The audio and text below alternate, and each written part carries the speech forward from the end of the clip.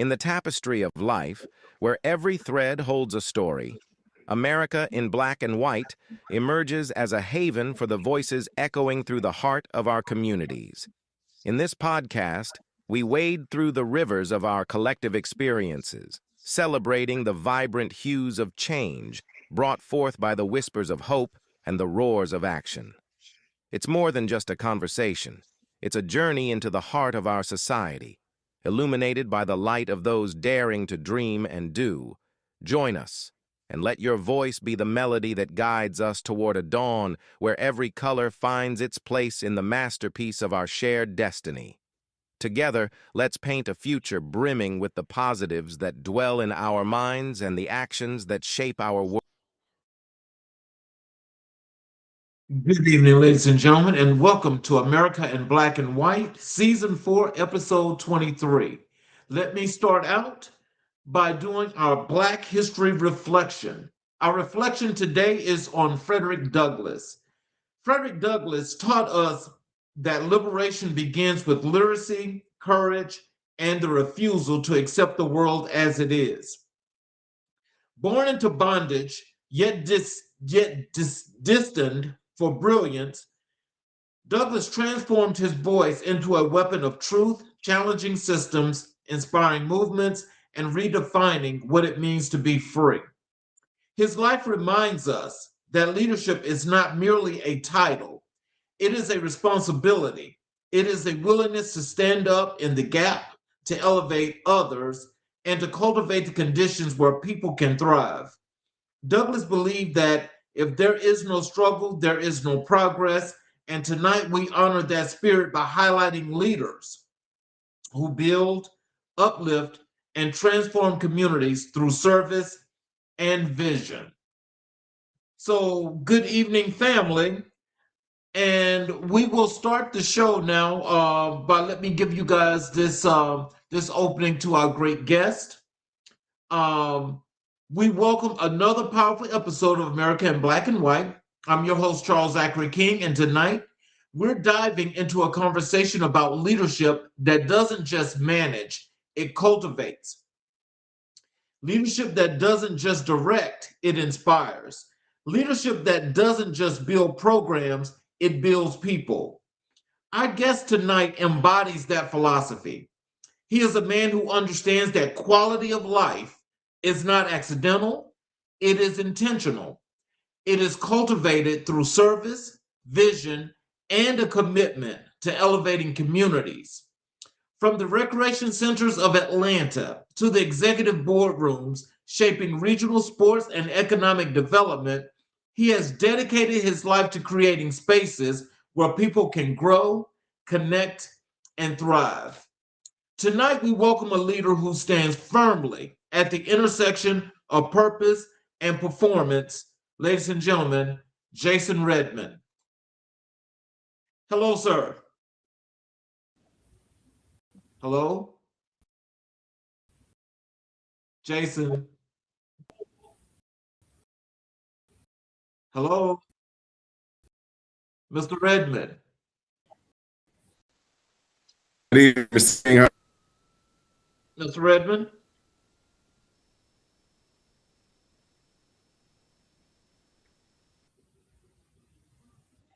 Okay, you were in and out, and your picture is it's like your screen is frozen. Yes, sir, I can hear you. Me now?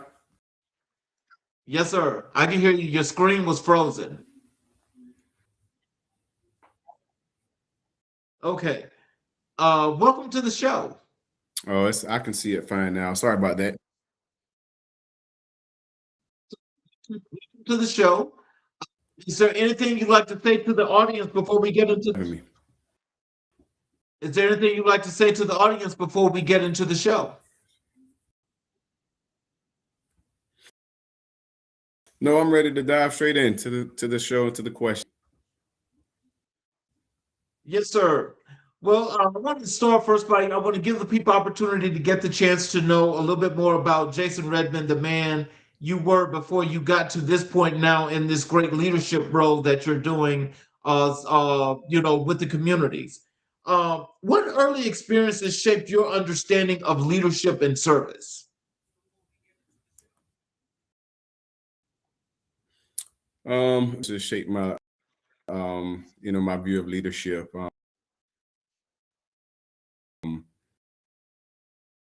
From the early childhood to be by a strong family, strong mother, siblings. I was able to carry them um, my high school year, my college years, and until my career.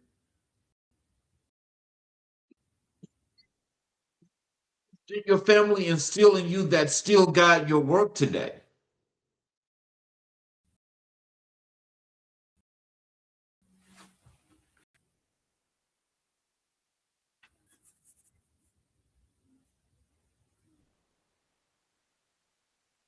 Mr. Redmond?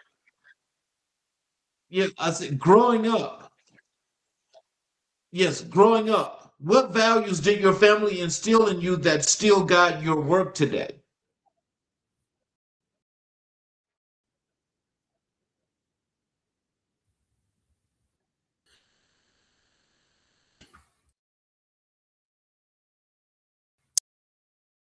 Integrity, um, 1,000% to the best.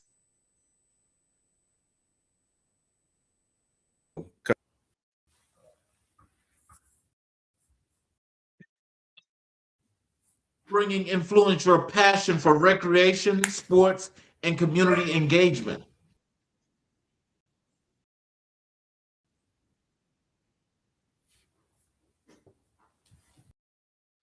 Can you repeat that question? Bringing influence your passion for recreation, sports, and community engagement.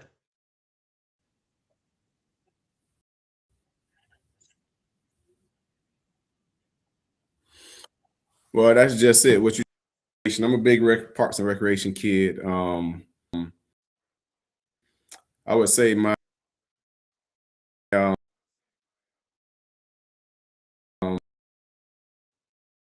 while we were out of school, my summers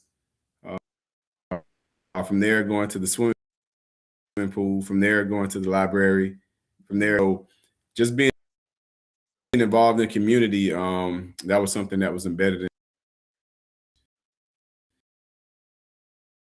in, and again, I was able to tap into that as a kid, and professional career as I went through college and went through high school. The moment you realized you wanted to dedicate your life to public service.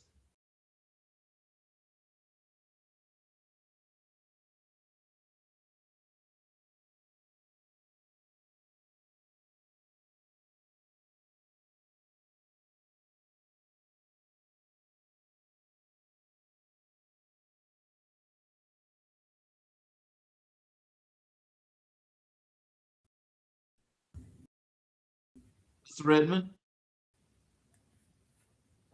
can you hear me? Yes, you're freezing, Mr. King. Your camera keeps freezing. Can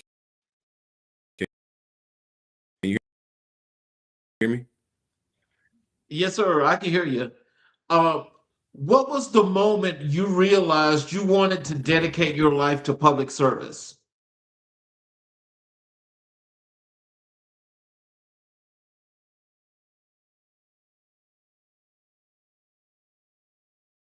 Can you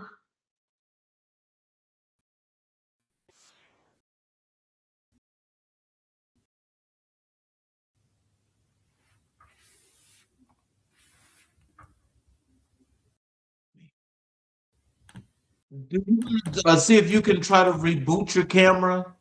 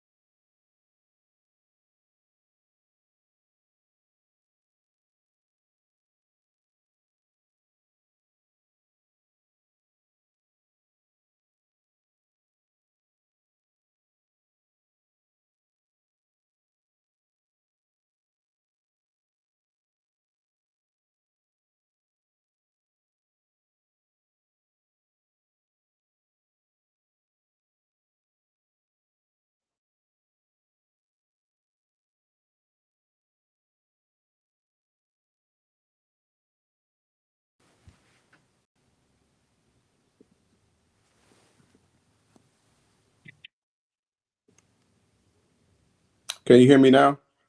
Yes, sir, I can hear you. Can you hear me much better? Yeah, I can. What I'm gonna do is get off this other device, Okay. and we're gonna use this device.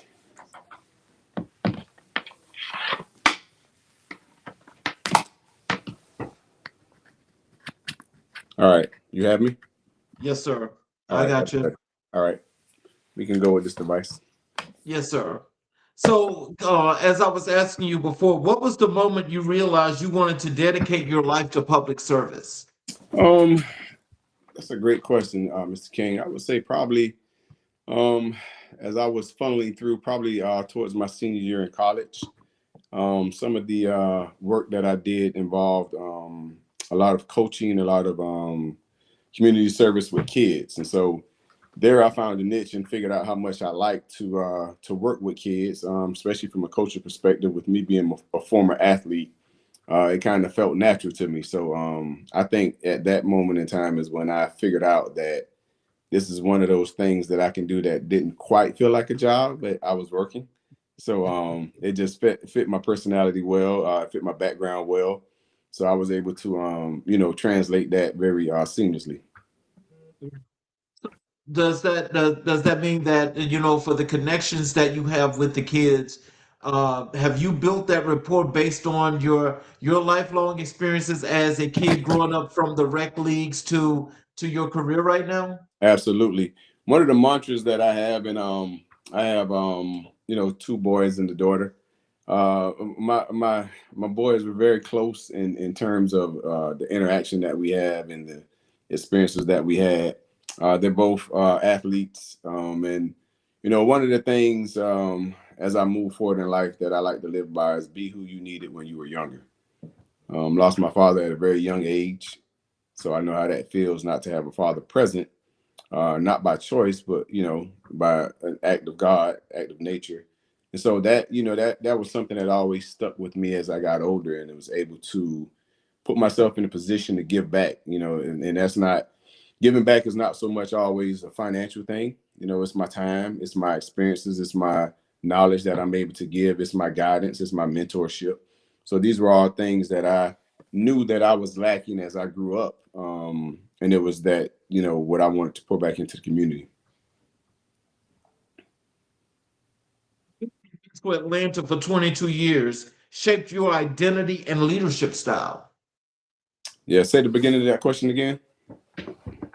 How has living in Metro Atlanta for 22 years shaped your identity and leadership style? It's helped me become more well-rounded. Atlanta is a big place. Metro Atlanta is a big place. The opportunity here is vast. It's greater. You're able to have more experiences with people and just see some things from a different lens. So it's been able to allow me to be able to spread my wings, so to speak, to be able to network with people in different arenas, different backgrounds, different ethnicities. So all that has played a part in me being in Atlanta for 2 decades and being able to merge my experiences with my environment here.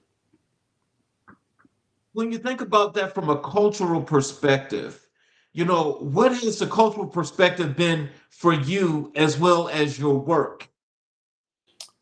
It's been interesting. It's been good. The rapport that I've been able to build with different backgrounds and different cultures, I think that's like something that's a specialty of mine. I don't meet strangers. I get along with everyone, but it's a sense of seeking first to understand, then to be understood. When I meet people, understanding their situation, understanding their variables that's have them moving in the direction that they're moving in. So really love meeting people, getting to know them, learning more about their background, their culture, where they're from, how things are done from their world. So that's been something I've thoroughly enjoyed. So, what role did sports play in your development as a young man? Everything.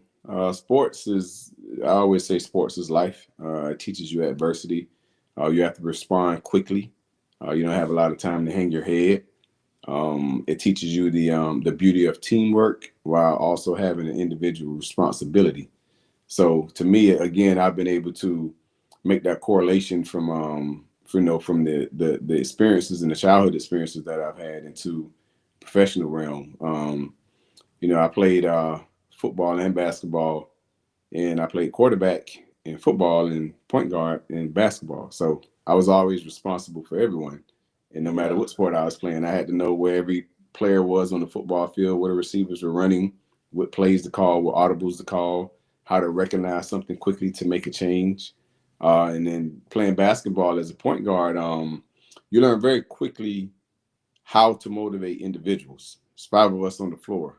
You learn who you have to push, who you have to scream at, who you have to be gentle with, who hand you have to hold. So again, it's all been able to correlate into to the person I am today and what I do today. From your childhood that you'll carry into every leadership role? One memory from my childhood that I would carry into every One lesson. one lesson. Approaching things with an open mind. Never reading the book by its cover. You just never know what people are going through. You never know where they come from, and you never know where they want to go. And crossing paths with people for me, and I'll say this became me at a young age. It became about what can I do to help, or how can we help each other. So that's a lesson that I've been able to take with me, and it's been the center of part of what I do as I work in the community. Okay.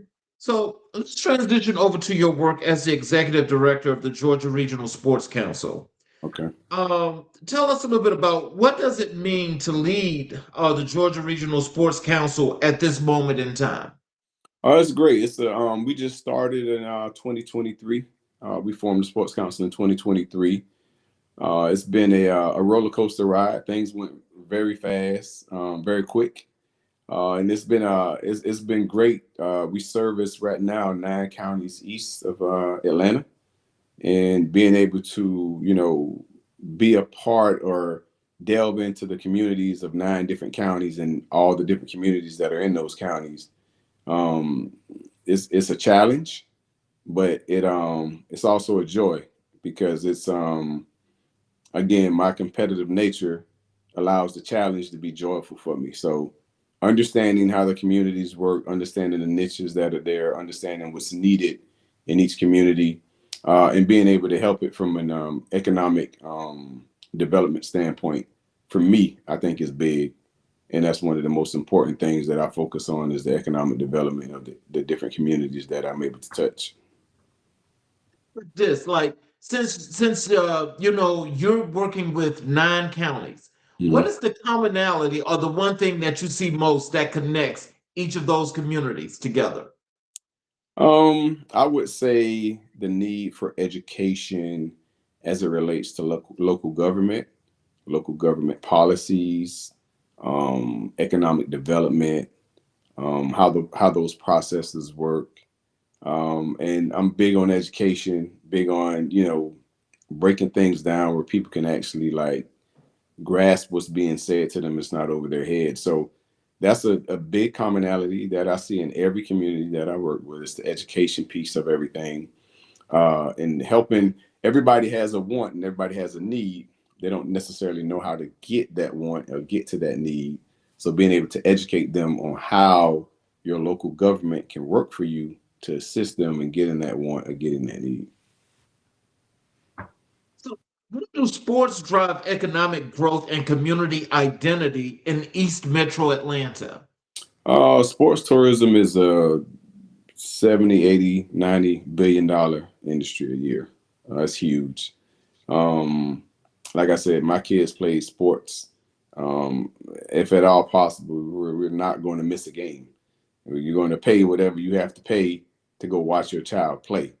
And I'm not sure if people look at it in that aspect because they're just enjoying watching their child play. But it generates revenue, and so that's one of the biggest things, to generate revenue. You and I sitting on this call tonight, we're both taxpayers. No one likes to pay high taxes, and so sports tourism can help with that. There's in the community that I live in, there's a neighboring facility in South Carolina, in the neighboring state, and the community's makeup is very similar to my community. And they put a facility there that, during COVID, the facility made during COVID $31 million during COVID.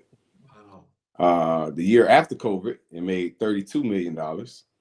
And in 2024, after COVID had kind of slid off, it made $62 million.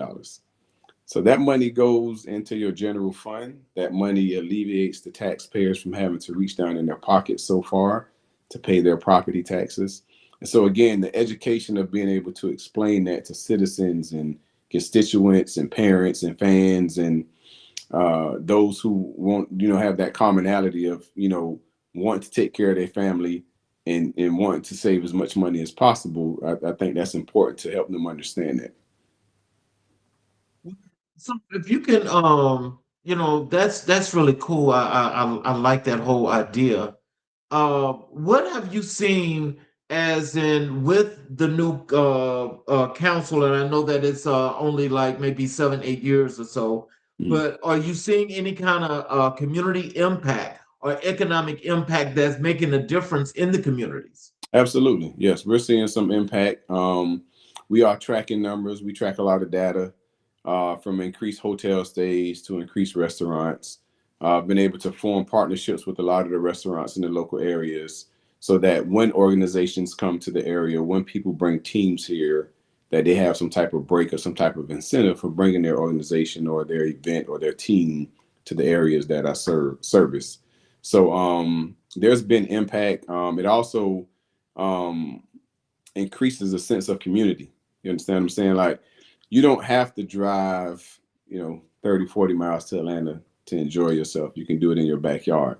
So being able to help them understand what you have available, what resources you have available, and how important it is to make sure that you keep those resources intact and make sure that those resources continue to grow has been key into helping local government officials understand that. So, what is the long-term vision for the council under your leadership? Under my leadership, the long-term vision is to make it a place, or these 9 counties especially, make them places of enjoyment, make them places where your quality of life is such, again, that you don't have to spend an hour in the car going to an event. Making your backyard and your neighborhood a place that you enjoy living, but doing it with, again, the partnership of local government with smart growth. You can't oversaturate areas by building 20 million subdivisions of townhomes, 40 different neighborhood properties. You can't oversaturate, because then you're going to have a water issue, you're going to have a traffic issue, you're going to have roads issues. So, the philosophy with me as I lead the sports council is, make your place a place of to treat the visitors like grandparents. Everybody who has grandkids, they love their grandkids, but when the playtime's over, they go back home.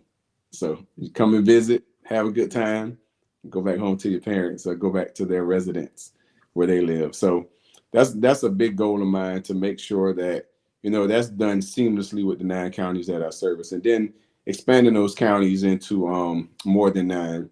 I'm doing some work with a young man in Memphis, Tennessee right now. As a matter of fact, we had a conference call Monday about a program that he's rolling out. So although, we're Georgia Regional Sports Council, we want to extend beyond our borders of the state as well. So as you're looking as people are looking at the show right now tonight, what do you want the people that's out there in those 9 counties that you serve? What do you want them to know that you're going to do your best to make sure that they are comfortable with the work, and what kind of work they should expect from you? I think they should expect transparency. Um, I've been, spoken to about politics and running for certain offices, and my response is, I don't like politics. I like governance. So it's the difference. I'm not going to promise you that I can lower anything or fix anything. What I'm going to promise you is that this is the solution to what you're searching for, and we need to try to bring that solution to fruition. And so that's just being honest, straight up, straightforward, not selling people false dreams so that they can cast a vote or cast a ballot for you. So I think that's the biggest thing with me. You're going to get transparency, honesty, and education. To understand where we are in the process, what steps are needed, and the progress that we're making as we move along. Community needs with regional economic goals. Say that again. I'm sorry. How do you balance community needs with regional economic goals? Making sure you're in concert with the local leaders, especially your local economic development councils. Every area has them.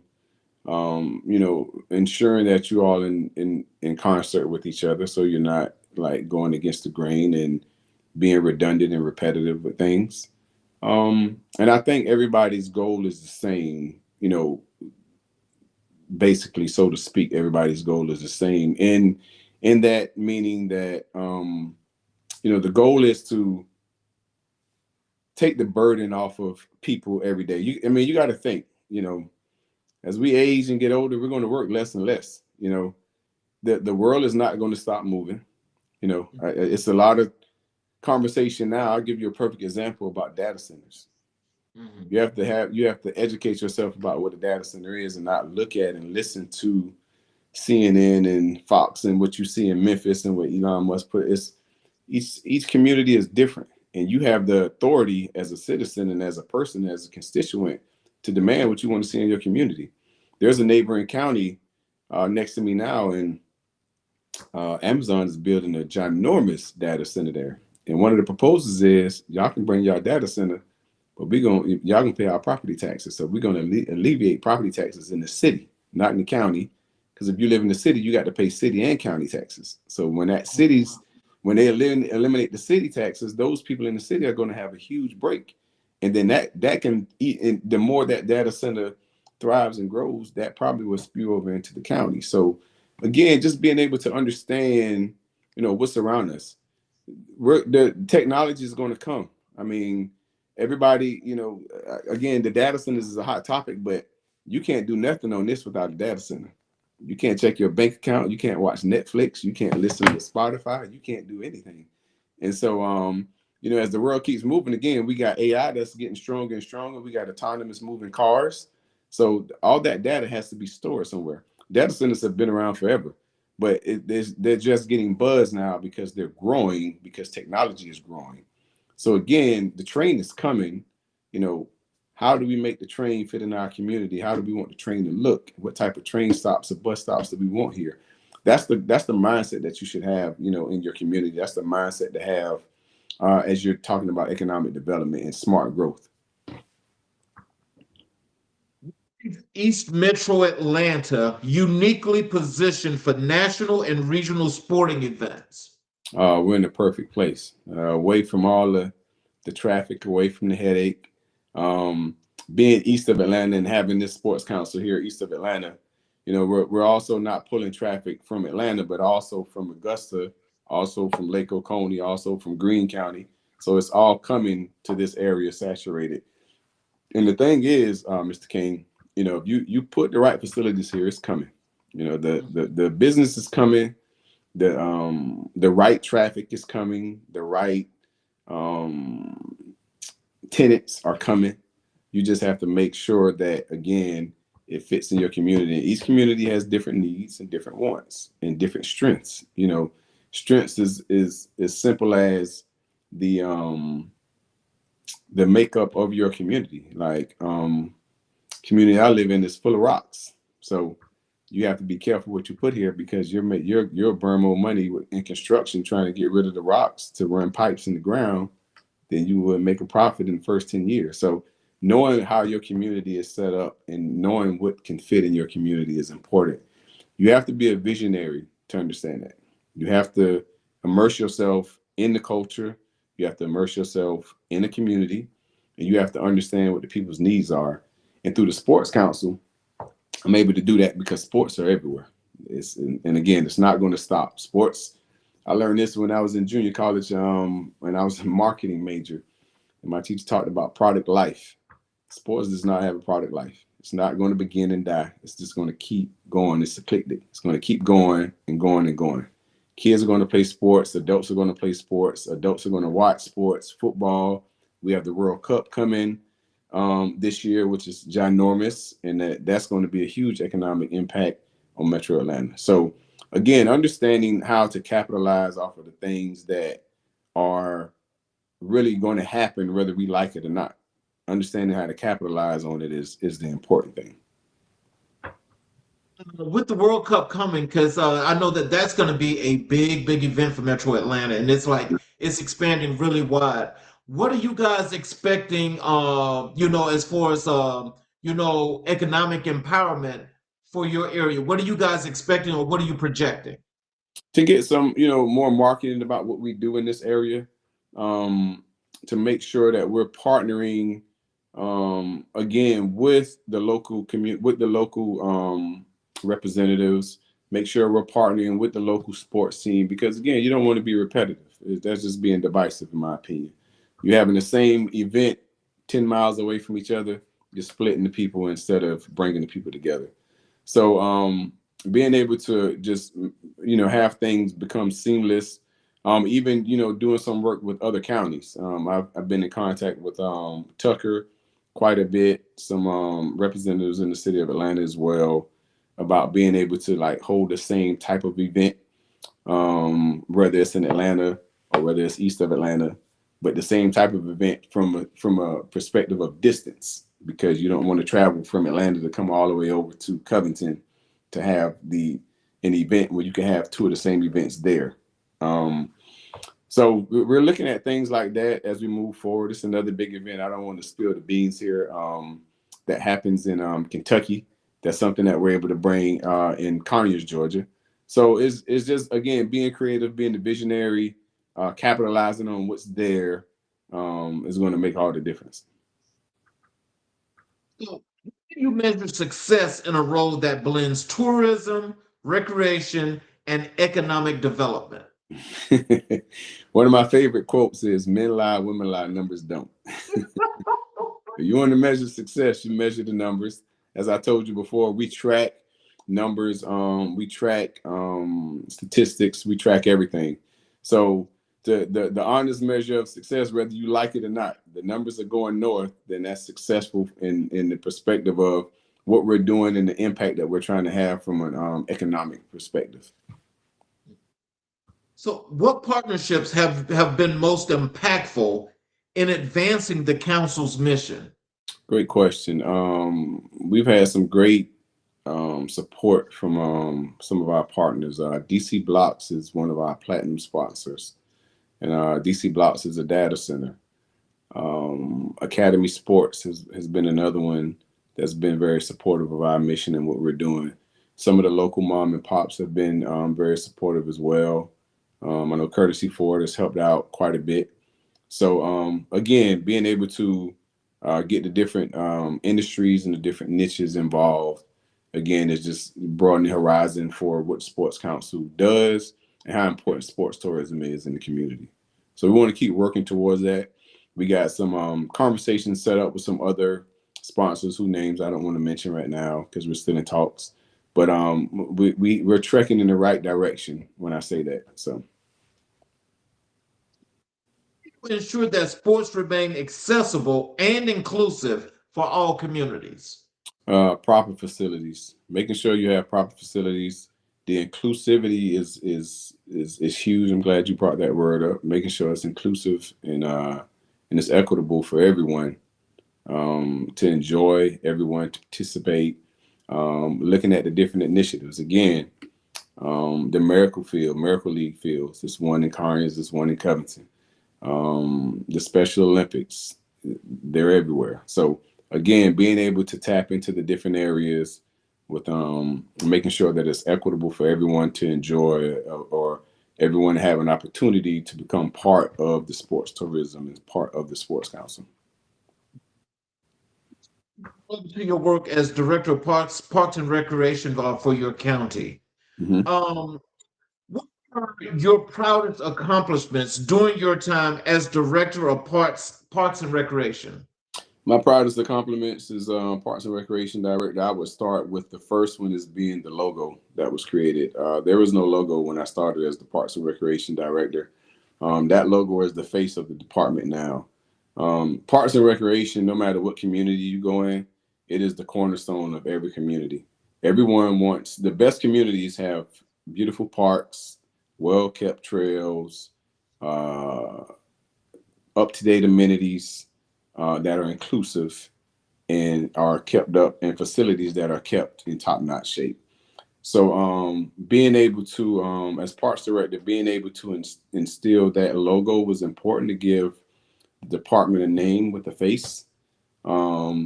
And you just asked a minute ago about how do you measure certain things, and some things are one-offs. I tell you how I measured how well that logo was working. I was in a local store and I had on a sweatshirt with the logo on it, and a little girl pointed at my shirt and said, "Ooh, summer camp." And that told me there that if that stuck with that little girl, that it had to be sticking with adults. Yeah. She associated summer camp with seeing those four pictures that was embedded in the logo. And so that was one of my proudest accomplishments. Beyond that, it was just the growth that I saw as a parks director. When I came aboard, we were doing 10 special events per year. We went from 10 to 80 within a year. That gives your community something to come outside in their backyard and do that they're already paying for as citizens. You're already paying the taxes for it. Us providing the opportunity for them to come outside, come into their backyard, and have a good time and allow your kids to enjoy what's their resource, was very instrumental in some of the work and projects that I completed. And lastly, I really enjoyed there is a project that's not yet finished. It sits in the center of town, dubbed it the Lawn at Wheeler Park, and it's right in the middle of the walking path. But there, I was able again to partner with the mayor, with the city of Conyers, and we created a skate park, which is a need, outdoor volleyball courts, which is a need, disc golf course, which was a need, another pavilion, a bigger splash pad, which was a need, an amphitheater, which was a need. So you have a space that you can literally, from 2 to 42, you can go out there and there's something for everyone to do there. So those are just some of the accomplishments that I was able to put my hands on as a director, and just grow the department. I was proud of the work I did. And it left an impact, and that's my thing, is to leave an impact. When I left there, I didn't say much, but I did leave them with 7 words: leave it better than I found it. And that's my goal as I move through and touch the different things that I'm working on. You approach managing such a wide range of programs and facilities? You said, how did I approach it? Yes. With autonomy, I think it's important. So again, I mentioned to you earlier about my playing career and knowing how to balance personalities. When you're a director and you're managing over 100 people, you're managing nothing but personalities. That's all you're doing. Understanding where a person's weakness is and where their strength is, and then giving them the opportunity to buy into to what you're doing, and to your vision, and to your goal. Allowing them autonomy to do what they're good at, not holding hands, not micromanaging, allowing them to be creative. And when they bring an idea to you, not necessarily shoot it down. If it needs to be fixed, have a conversation on how to improve it. So I think that was my team that I had was amazing. I think that was huge in the development and in empowering them to move forward even after I left the department. You know, I still see traces of the strength that they've been able to do, and some of the ideas that they've been able to form, and the implementation to see it through. So, when you think about that, and you're saying you're managing more than 100 people, is it safe to say that, let's use a sports analogy, Okay. okay? That in managing that, basically in your mind, you were using them as teams and having things just moved around to make sure everybody was operational and functional to complete a task? There you go. And it's the mind is funny, and nonverbal communication and verbal communication is strong, and little nuances matter. I never called anyone staff. Out of those 100 people, I knew everyone's name. I can go in the field, shake anybody's hand and call them by name, look them in the eye, ask them how their kids are doing. How was the game this weekend? How is the motorcycle coming? How's the table you're building coming along? I knew who my people were, and everyone was a team member. I stress that so many times in all of my leadership meetings. We're on the same team. You have a different responsibility than I have. My job is to get you the resources to perform your job. So that was made, that was drilled into the team's head, and it was something that they were able to catch on to, and like I said, have buy-in, which is more important than anything. Um, and it just simply came from me leading by example. It was a phrase that I used, and I still use it, as I do, we do, you do. I can show you how it's done. We'll do it together. I'm gonna take my hands off and empower you to strengthen your skills and your network, and make it come to fruition that way. So, what challenges did you face in Rockdale County, and how did you overcome them? The education challenge was the biggest. Helping people understand the importance of parks and recreation was sometimes a challenge. It still is today for some entities and some organizations. A lot of people, I mean, even playing in parks and recreation. I don't know if you played, or anyone who's listening played. Most people think parks and recreation, we just roll out basketballs, footballs, soccer balls, we just play. No, it's a lot to it. It was our back office, our financial back office was busy every day. Like, we paid bills every day. The repair and maintenance of things, you wouldn't believe how much that costs and how often things break, on top of how much people steal that's not theirs. So all that played a part in being able to balance all of that and manage all of that. Just understanding, getting people to understand the education piece of that was probably the biggest challenge, and help them understand how important it is. There were community members that advocated. Everyone, it wasn't all bad. There were many community members that advocated for parks and recreation and understood the value in it. And strangely enough, most of those were the ones with the young kids who were involved in the programs and who utilized the parks heavily. I was also over senior services. They understood the importance. When you become a senior, and you don't have the family that you had because people are transitioning away, going to that senior center was everything to them. When COVID came, it really, you really saw an impact with the senior community, and how much they needed that space and how much they needed that interaction, that day-to-day interaction. So, is that feedback? No, I don't hear anything.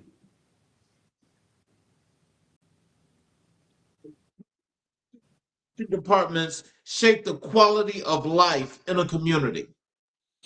By providing the community with the resources for them to have that quality of life. Health is wealth. I say that a lot. Health is wealth.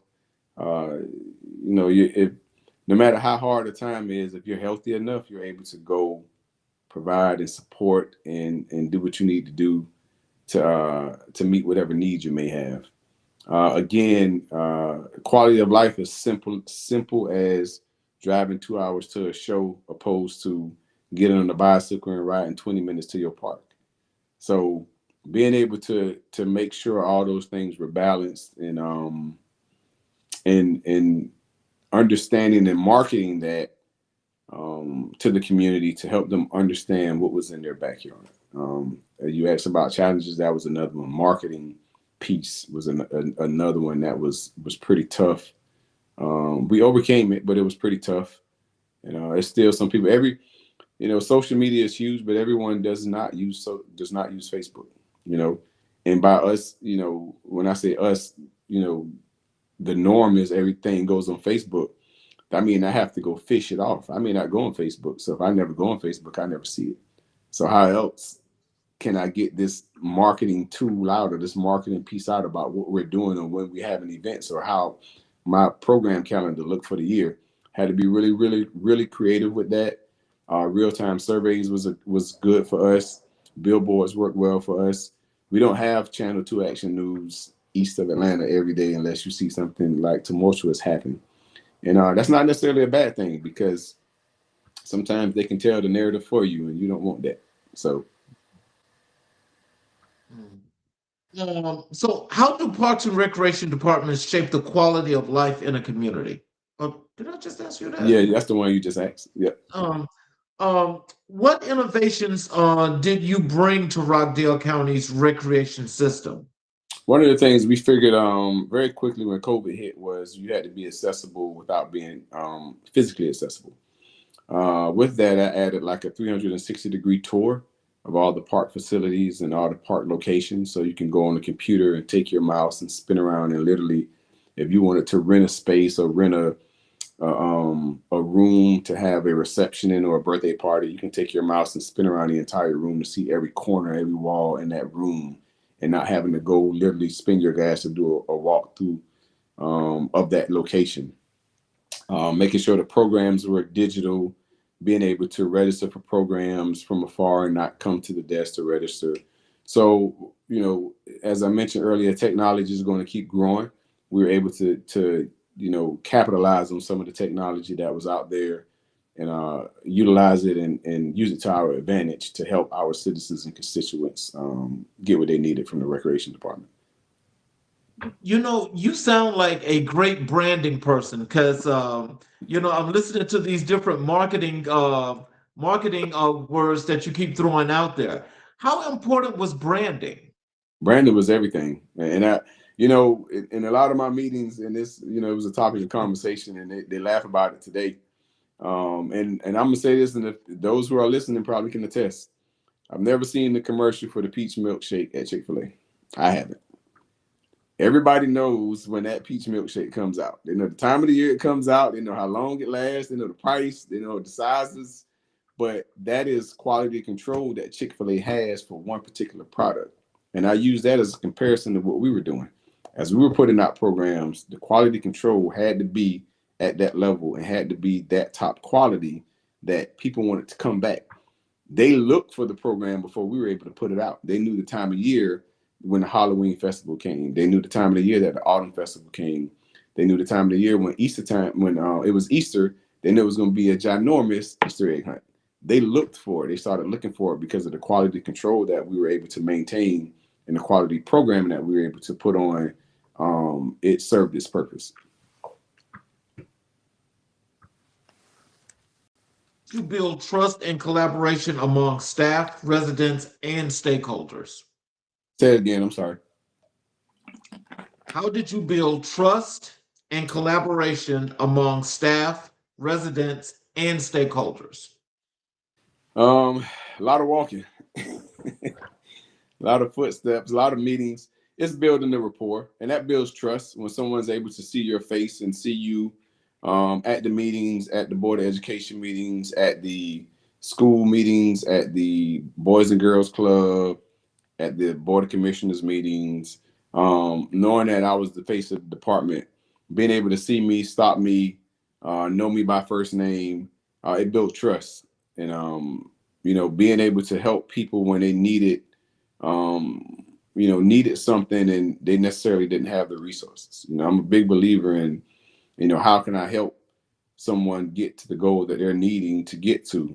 Partnering with certain organizations was big for us. One in particular, we did a nice pickleball tournament with every year.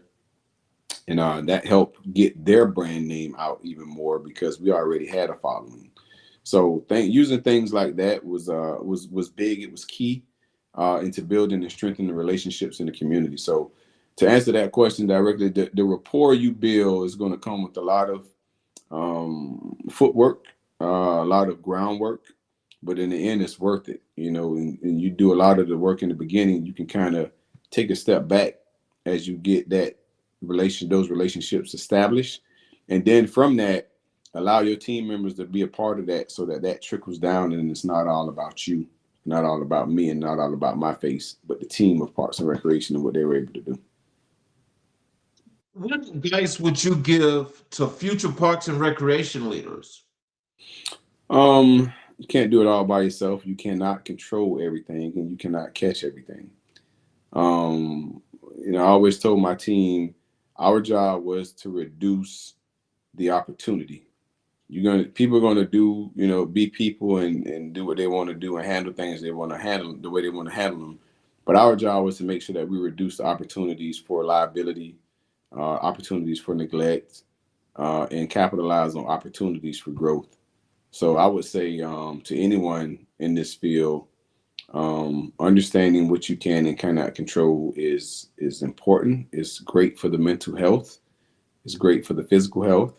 If not, you'll run yourself in the ground. There are a lot of moving parts in the park and recreation department. Like you have to know a little bit about everything, about water, storm water. If it's inclement weather, park maintenance are responsible for getting chainsaws and cutting trees. Therapeutics was an arm that we had for special needs population. Again, senior center was another area that fell under my purview. The tennis center fell under my purview. That's a lot of moving parts. Anything can happen at any given time. Aquatics fell under my purview.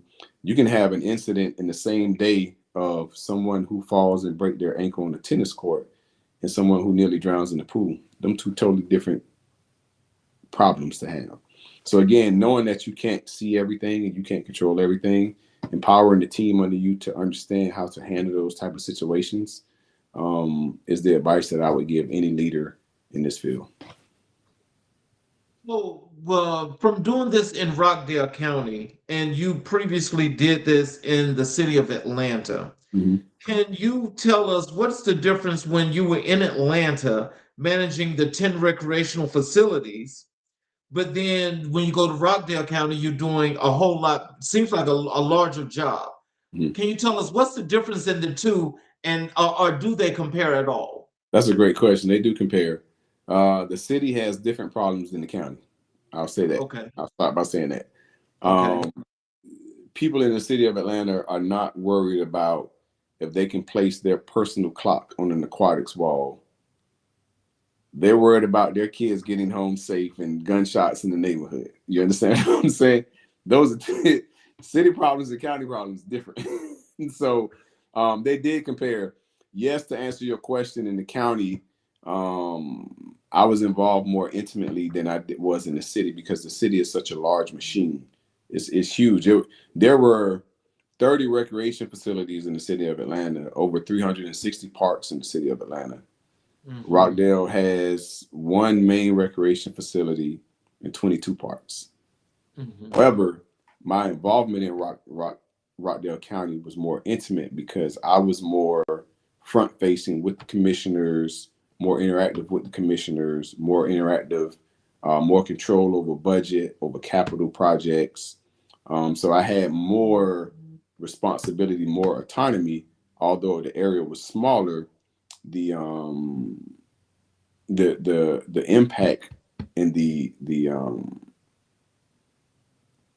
amount of work was greater because I was involved in a more intimate fashion, if that makes sense to you.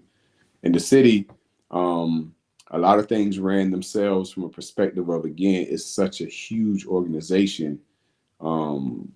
We had so many different tiers of management there that someone was there to take care of different things at different times. In Rockdale, all of that was me, but it was just in a smaller setting. So then, can you tell us what did you learn about community needs while working in Atlanta's recreation system vice what you learned in Rockdale? Community needs differ from a perspective of, and it's just being, straight up transparent. Cities more survival community needs. Rockdale's more entitled community needs. That'd be the best way I can put it. And it's just me being honest. Yeah, city. I mean, I've had cases where I've come to work in the city, and it was a deceased body in the car in the parking lot at one of my rec centers. I've never experienced that in Rockdale County. Hope Rockdale County never experiences that. However, that was the type of environment that some of those parks were located in the city of Atlanta. There were some rough neighborhoods. I'll give you a perfect example. We did a shoe giveaway one day at one of my facilities in Dunbar, in Mechanicsville. Walked outside, it was a gunfight. So again, you wouldn't face that in Rockdale County, but what you are going to face is, in the course of a week, you could get told by 30 different people that they're a taxpayer and they want this way. So the problems were different, not saying one was better than the other. Of course, dealing with death and homicide is a little different, but the problems are the problems, and you learn how to deal with them, and you learn how to best meet the needs of what's being asked for in the different arenas. But working at both places gave me a great well-rounded experience, of recreation. No matter where I go moving forward, if I go back into recreation, I've probably seen it from working in the city and then working in the county. So how did the role, this is in Atlanta, how did the role prepare you for executive leadership? I think leaders are born. I really do. Yes, there are some things that you can learn, but I really think leaders are born. The role in Atlanta prepared me for the curve of understanding the industry of parks and recreation. And once I got into Rockdale and I had knowledge of the curve and knowledge of the industry, my leadership qualities were innate, and they just took over and fell into place, and I was able to lead successfully. So you don't realize things as you're progressing, but like I told you earlier, playing quarterback then playing point guard, apparently I was thrust into leadership positions at a young age, so I learned how to manage and how to lead and how to direct and how to deal with the adversity and how to pick us up if we fail. So I think, as I got older, I always say the more you do something, the better off you'll be at it. So that was something that stuck with me all the way up through college. I mean, I played point guard in college. So all the way up, I played 1 year professional. I played point guard. So all the way up through, that the more I did it, the better I became at it. Do you not think that that's a natural, innate part of you that maybe others outside of you could see that you did not see? At first, I will say yes. Yep. Because I don't think I even asked to play point guard. Yes. Quarterback, no, I didn't ask to play that. I was put there and I learned how to deal with it. And it became something that became second nature to me, just being comfortable in that leadership, knowing that at the end of the day, if something fails, yes, it's on me, and knowing how to accept that and knowing how to deal with that, knowing how and learning how to bounce back from that. And then as you move forward, learning to avoid that. So yeah, that became instrumental in my growth, instrumental in my professional development. And then, getting into the professional world and, attending professional development is very important. One of the biggest conferences of the year in Parks and Recreation is called National Recreation Parks Association. Park and recreation leaders from all over the country gather in one place for a week. And it's a beautiful thing to see so many people doing that profession. And you're able to learn, you're able to take some tidbits back to your community that you may have not thought of before you got there. So again, putting it all together, no one gets anything done by themselves. So it's not like I'm a genius and I'm this wizard. It all came from development, but with an innate quality in me to be a leader. I believe that, compiling with each other is the end result of what I was able to get done. The most meaningful programs you oversaw in Atlanta? One of the most meaningful programs, um, probably Camp Best Friends. The involvement with that. It's a huge summer camp in Atlanta. I can't even tell you the number. It's such a ginormous number of kids from all different locations. But the I will say the city did a great job with that program because everyone was in concert. You may have, again, I told you it was 30 rec centers. You got all 30 rec centers with full of kids for summer camp. Everything was in concert. That's big from a programming perspective, from a standard operating perspective. Everything was in concert. It was always seamless. And the kids were the ones who benefited from it the most because they were able to spend their summers doing something constructive, all the way down to the field trips, all the way down to the STEM activities that they were doing. It all made sense and it all was seamless. So I think that was one of the most meaningful programs that I was involved with in the city of Atlanta.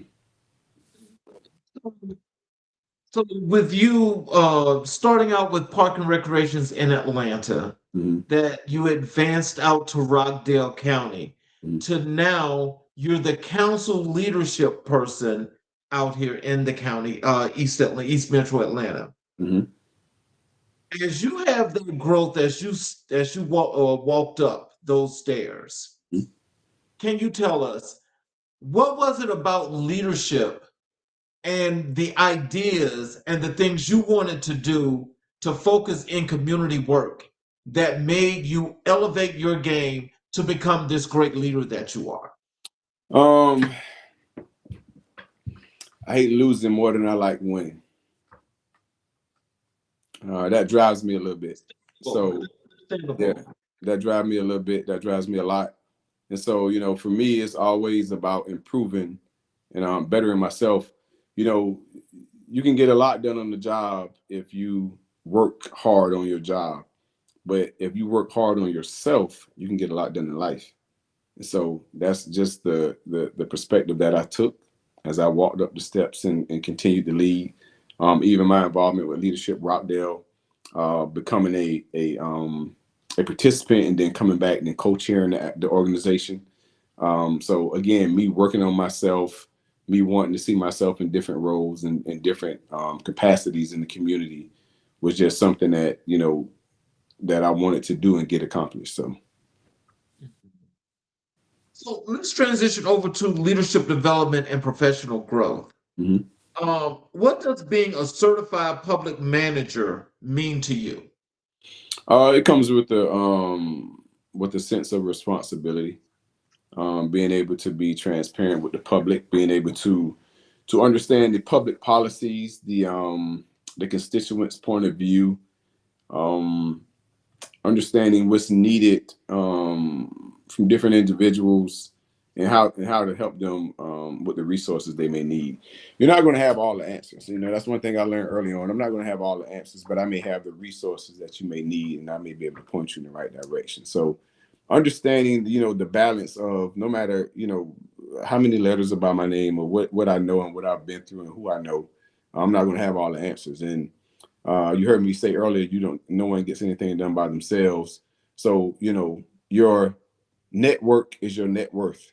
So being able to connect with the right people, being able to connect with the right organizations is big. And as a certified public manager, I think that's something that's an intangible that I have. And I think, many certified public managers have that intangible and being able to connect the dots for different folks and different backgrounds.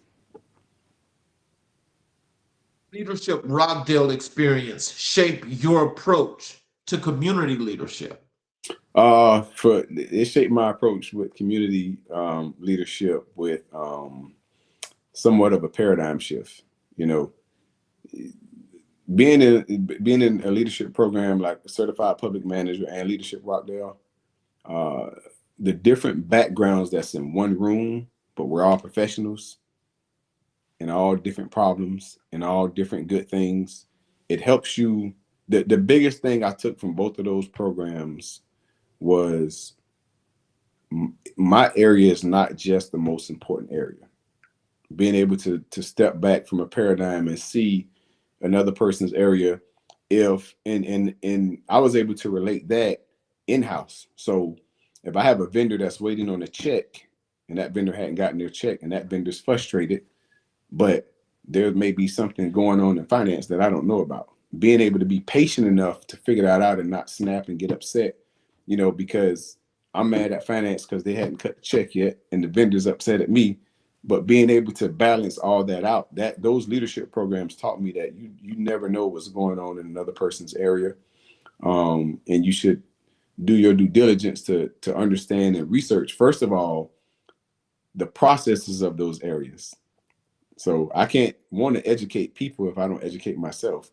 So I had to understand the processes of those areas in order to be able to help when those type of issues arise, or help when those problems where somebody dropped the ball, So I just think those programs open my eyes to that, just at a different level of understanding what people are doing with their day-to-day profession. Performance leadership look like in practice? Say that again. What does high performance leadership look like in practice? High performance leadership is patience. It's patience, and it's getting the team members under you to think critically, I think. And so with that being said, you cannot, I refuse to figure out your problem. One of the most memorable, that high performance class that I took from NACO, National Association of Counties, the biggest thing that stuck out to me with that program, Colin Powell helped write that program. He told a story when he was in the White House with George Bush, and there's a problem going on with another country. He went into the president's office and said, "Hey, we got to do something about this, and this is happening." And he was just like ecstatic, panicking. And George Bush was looking out the window at a squirrel as Colin Powell was venting. And he told Colin Powell, "Look, the squirrel is getting the seeds that I left yesterday." And Colin Powell, like, he's talking on film, and he's tripping because he's like, "Is this guy not listening to me? I'm telling you, we got a world problem going on, and you're talking about a squirrel." Bush never addressed what he said about the other country or the other nation that was having an issue. And when Colin Powell walked out of that office, he had to stop and say to himself, "That ain't his problem, that's my problem." Being able to help people understand that is important, because if you bring it all to me, I'm not going to be able to solve everything, and I'm not going to be your problem may not be my priority at the moment. So that was always the story that I shared with my team from that class that I took, and it was eye-opening, because that's the truth. When you're placed in a position of leadership, a position of responsibility, it is your job to figure some things out from a strategic perspective, and I always bring it to your leader or your boss. So things like that I was able to take from those programs and implement it in my leadership style, implement it with my team. And it may take a couple of weeks, months for it to catch, but it will catch. And I literally told them about that in the meeting.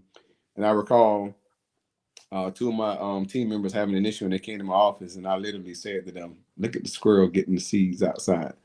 And I didn't have a window in my office. I just was being facetious. But they got the point. Oh man, They just got up, they just got up and walked out. They got the point. And so I think we better figure this out. that's funny. I like that though. How do you cultivate leadership in others? Cultivation is one of those things. I use that word a lot. It's not a one-shot thing. If you plant a flower and walk away, the flower has to get sun, it has to get water. You may have to come till the soil every now and again. Cultivation is you constantly having your hands on it, constantly working on it, constantly looking for processes and ways to improve it. So that's my leadership style. It's constant. Like, it's constant. Every team meeting we have, the way the agendas were set, everything I do from the sports council perspective, it's constant. It's constant. And I don't know if I said this yet. I may have neglected saying this before, but I coached basketball and football for years. I did like 20 something years. When I coached an athlete, I drilled into them what I needed them to know. If I needed you to know how to hedge a screen on defense, I drilled it into you. So there was no question about what you were doing. So that's cultivation to me. It's not a let me tell you how to do this one time and then let you go figure it out. It was constant reminding, it was constant examples, it was constant reinforcement, and it was constant guidance. So, me cultivating to be a leader is something that is done every day. And again, the more you do something, the better you will become at it. So being able to tie that back into that statement. The most important leadership lesson you've learned in the last 5 years? The most important leadership lesson that I've learned in the last 5 years. Um, leadership is not popular. That's true. Not popular. So, if you do what's right, everybody's not going to like what you're doing. And that lets you know that you're doing the right thing. So leadership isn't popular.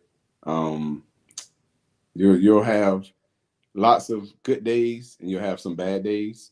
But the thing about that is a leader can't have a bad day.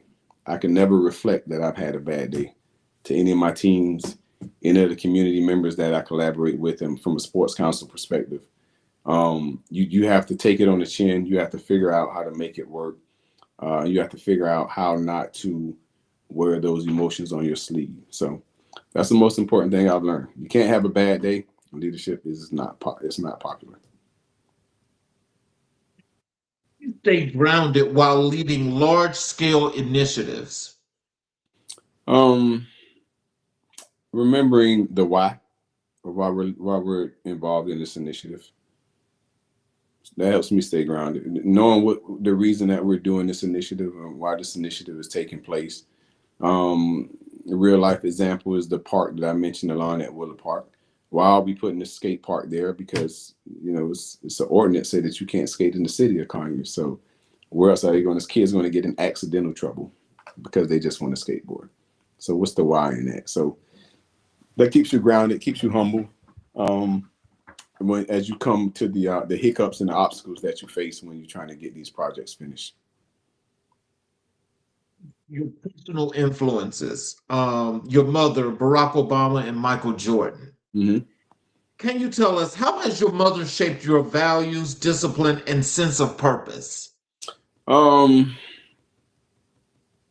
don't share a lot of things public, but I'll mention this. So when I was young, I was 8 years old. We were on vacation in South Carolina.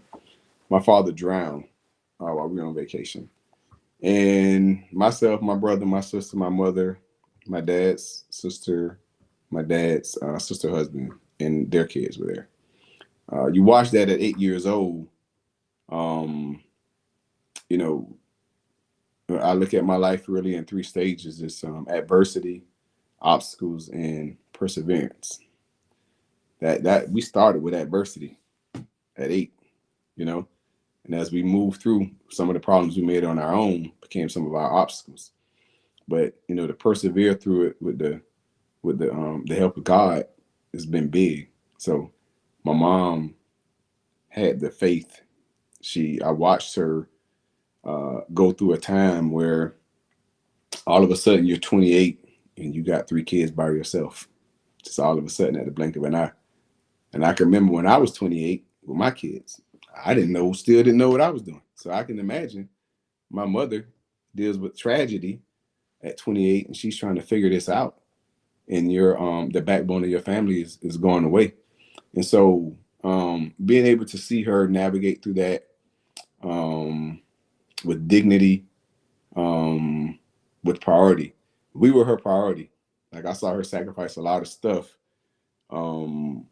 just so that she knew that we were taken care of. Because we grew up in the city and on the side of in neighborhoods that we lived in, they weren't, such nice neighborhoods. It's trouble to be gotten into there. But she made sure that she kept her hand on us. She stayed close by. She allowed us to explore, allowed us to make mistakes. But for her to not falter, not fold. That's big. So, being able to see that from 8 years old and up, it leaves you with a lasting impact that you have to take with you. You can't, there's no folding. And, I tell people all the time, you never know where a person comes from. So you never know what can break them. So it takes a lot. It's going to take a lot to break me because of what I've seen at such a young age. And like I say, that adversity led to some obstacles. So as you move through those obstacles, it just strengthens your character even more. I tell you, I mean, I know that I haven't got the opportunity to meet you and know you for a long, long, long time. Mhm. But what I gather, from the first time I met you to now you being here on the show, is that resilience is something that's just naturally there with you. Yeah. And so what that just shows is that the foundation was strong with you from the beginning. So Yes. having that strong foundation only enhanced the natural innate things that are within you. Right. And so I think this is why your leadership style and your leadership capacity is so successful, is because being able to lead by example, but getting the job done, Right. that's just a natural thing for you. Right. Right. It just happens. Yeah. So you're one of the few people that's got that blessed talent. Yes, absolutely. Absolutely. I owe it all to God. We think our plans are where we're supposed to be and how it's supposed to look. But, every now and again, I have to sit myself down and take a deep breath and say, hey, God has answered every need that you asked for. It's not in your way, but it's answered. Everything that was duped to be a problem or you seen was short, you had more than enough. So, yeah, having that faith. Mom she had unwavering, crazy faith, and so all of us took that from her to this day in our adult lives. We have unwavering and crazy faith. So, The greatest lesson she taught you about resilience. no matter how hard it is, get up, put one foot in front of the other. It'll work itself out. There you go. Yep.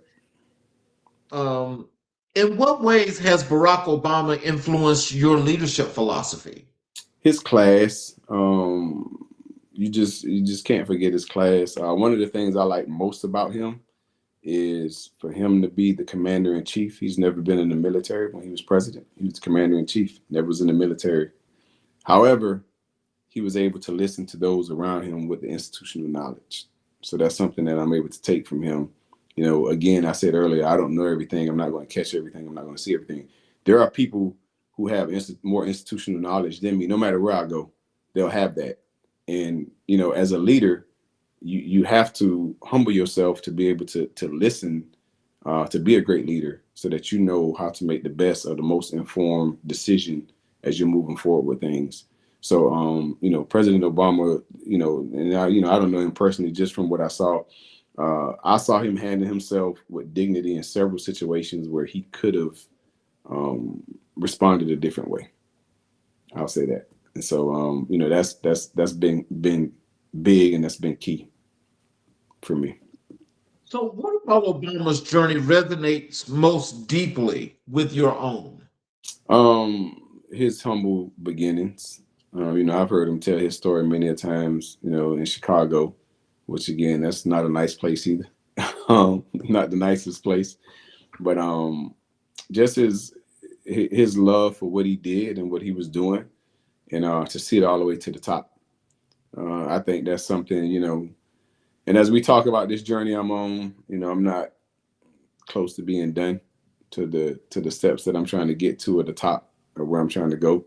So the same with him. I watched him, to make those steps, keep his faith, keep his head down, and when he got the opportunity, he did it with dignity. Has Michael Jordan's mindset impacted your approach to excellence? His will to win. I watched him a lot as a kid. I told you I played basketball. That was my favorite athlete. You see him on my wall, him and Kobe behind me. Ali's behind me. But his mindset and the will to win, I haven't seen another athlete uh, with that same thing in them. Just um, sports is different now. You got guys who jump from team to team to team to team, chasing that ring. He literally got drafted to a team, took what he had, and he made it the best 6 times. Like that's like unreal. And in the process, he created a brand that stemmed from basketball. And you see his logo on baseball, football, hockey, track and field. Like he created something different. Like he stepped outside of that box and he created something different. And it came from his his his will and his spirit to win.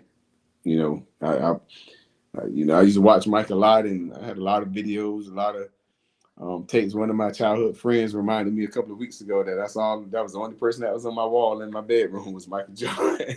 But it's just just to see that, like I said, that was my era, but to see him accomplish that and build that brand, like that's pretty amazing. So Do you see between sports leadership and community leadership? you say, what is the difference or similarity? What parallels What do you parallel? see between sports leadership and community leadership? I think they're interchangeable. That the community, the only difference I would say, the community is going to be larger than the team. That's it. But you're going to have those I call them pockets of people. You're going to have those pockets of people everywhere in every community, doing the same thing. You got pockets of people who get off at 5 p.m. They go straight to the gym. You got those pockets of people who want to come to every meeting and they want to complain about everything. You got those pockets of people who are just positive and trying to help the community. So it's pockets of people going to be everywhere, no matter what community you go in. And it's synonymous with sports. Like you got different personalities. You just got more of those type of personalities. So again, being able to measure yourself and humble yourself and have integrity to deal with all of those pops or pockets of people, it takes a lot of patience. It takes a lot of patience, and it just takes humility. So I think they're very similar. I've had success with transitioning from my sport upbringing to my professional career. So it's worked well for me. These three influences, your mother, Obama, and Jordan, intersect in your life. It's all a culmination of who I am. Being able to take a little bit from each of them, being able to, observe, that person, President Obama from afar, Michael Jordan from afar, but being able to personally observe my mom, in the time of adversity and in the time of obstacles that we had to deal with. It's just something that you can't erase. You can't push out your mind. You can't exclude it from your DNA. That's my pedigree, and that's what I stick by. Collectively teach you about perseverance and purpose. Say that again. I missed the first part. What do they collectively teach you about perseverance and purpose? Um, there's no such thing as giving up. And what's for you is for you. And like I said earlier, we may think that the path that we're taking is the way that we're going to get to where we're going, but that's our purpose. But us being able to persevere through the ups, the downs, around the corners, it leads us to our purpose. It's just may not be the path that we thought it would be. So again, get up every day, put one foot in front of the other. That's how you get it done. Let's talk about your vision, purpose, and future. What is your long-term vision for the communities you serve? My long-term vision for the communities I serve, I want to maximize the opportunities for every community I serve. You know, no matter where that is, that can be, you know, taxes, that can be amenities, that can be economic development, that can be economic impact. But being able to maximize things, I think, are important. It alleviates the stress and strain from a lot of meticulous issues. So, you know, I don't feel that a lot of local governments, a lot of state governments truly maximize what's there. You know, I feel like, and, you know, I'm saying I feel like, but maybe I should say what I have seen and what I have observed is people going through the motions, you know? So if I'm leading that area, those people who go through the motions can't be under me because I won't accept that as an effort. Legacy do you hope to leave behind? Um, I think importance weighs more than impact. It's my legacy. I don't care, you know, I tell people all the time, you know, I don't care what letters are behind my name and what title I may get. My grave is going to read my first and last name. So my impact is what I want to leave behind.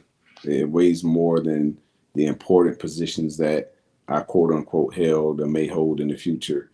But being able to actually leave something that's attainable, something that's tangible, something that can be grown into something even greater. I think that's what I want to do, and that's how I want to be remembered. Look, I want to apologize here, but there's some comments here in the chat. Hmm. This first one here is um,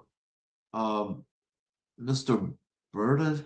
Berta, I need to put on my glasses. I'm sorry. Mr. Uh, Burt did it. oh, okay. It says very well said.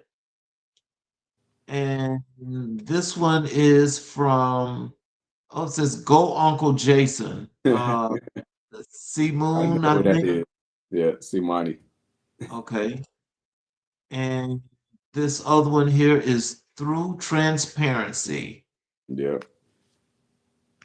So I got a couple more questions here for you. Okay.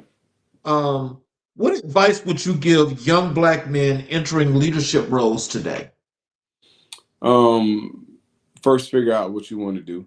Any, you know, I speak to kids a lot. I just did a presentation a couple of weeks ago at City Hall on one of the local communities, and it was for a high school leadership group.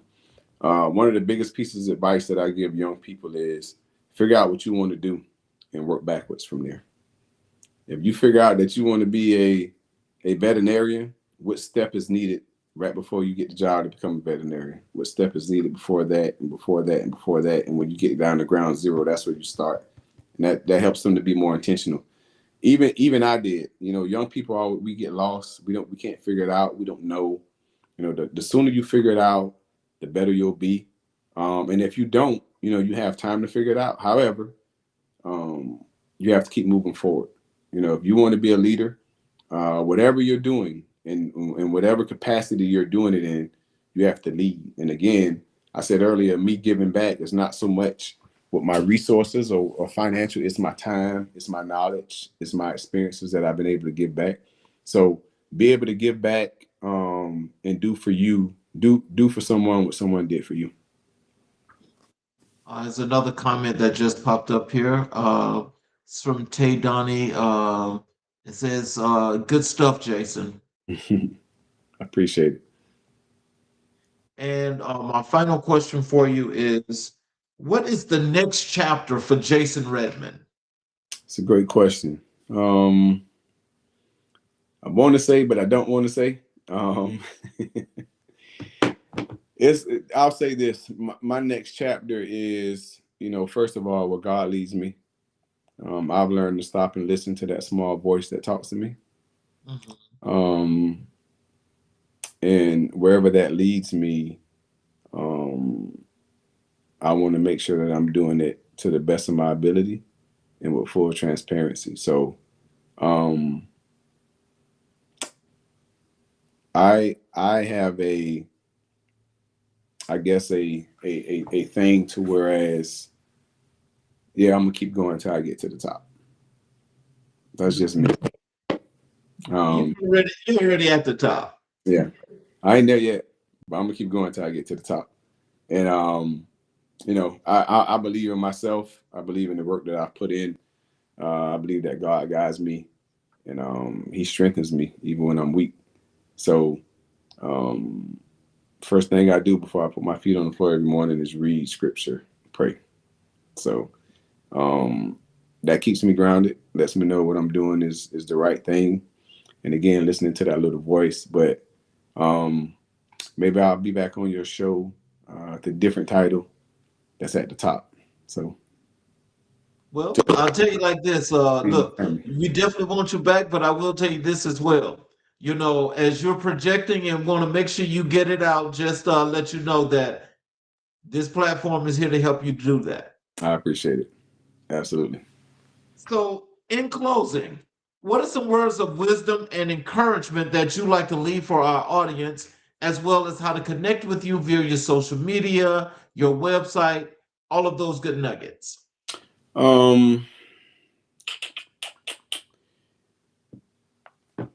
I think some words of wisdom. I'm a simple guy. Is find your passion and follow it. Don't let any. Sometimes you can't tell your dreams to everyone because you got dream killers in the world.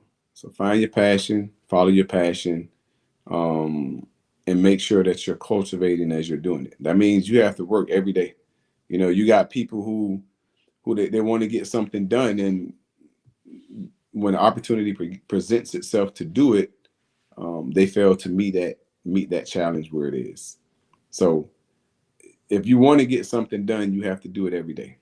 I thoroughly believe in that. You have to do it every day. If you want to learn how to tie a tie, you got to get up and tie it every day. If you want to learn how to articulately speak to be on the podcast, you have to practice speaking in that mirror. You have to do it every day and be intentional about it. It doesn't take all day. Spend 5 minutes, spend 10 minutes, whatever you may need. What was your other question beyond the words of wisdom? Yes, the words of wisdom and encouragement. Yeah, and that's it. Just never stop being a good person because of bad people. That's something that I've had to experience as well. So don't let people change you. Stay who you are. Stay true to yourself, and keep pushing forward. Okay, well, before we go here and I close out, your brother just put something here in the chat for you. I'll put it on the screen. It says, we have over 40 years of friendship. You have always been a leader. I remember you off guard, and he says, I love you, my brother. Yep, That's that's the my other brother. one here. Absolutely. Yep, that's my Yeah. boy. And then this one right here, this young lady says, preach Jason. And Muscle Classics just put this in the chat. He says, we need more community leaders like Mr. Redmond. Great Yeah, interview. yeah, that's my brother. Yes, sir. Yes, sir. I appreciate you, Mr. King, and your What's platform. up? Yes, sir. So, in closing, I want to thank you for being here, sharing your story, showing the communities what community leaders look like and how they actually lead. Because there are lots and lots of people that do great things, do extraordinary things like you're doing, but people in the communities really don't get to know these individuals. Right. And what we do here at America in Black and White, you exemplify those things as being, that excellent leader, that Black legacy, that Black excellence that we like to display. And I want to thank you so much for that. And so, in closing, I want to say this to the audience as well as to you, Jason. Tonight's conversation reminds us that leadership is not accidental, it is cultivated. It is shaped by the people who raised us, the communities that modeled us, and the purpose that calls us forward. Jason Redmond stands as a testament to what happens when service meets vision, when discipline meets compassion, and when a leader chooses to elevate not just programs, but people. As we honor Black history, we also honor the living history making among us, leaders like Jason who continue to build, uplift, and transform. May we all be inspired to cultivate excellence in our own lives, our communities, and our collective future. This is American Black and White. I'm your host, Charles Zachary King. Good night and keep rising. We will see you guys tomorrow night for another very special show. Thank you again, Jason. Thank everybody for watching.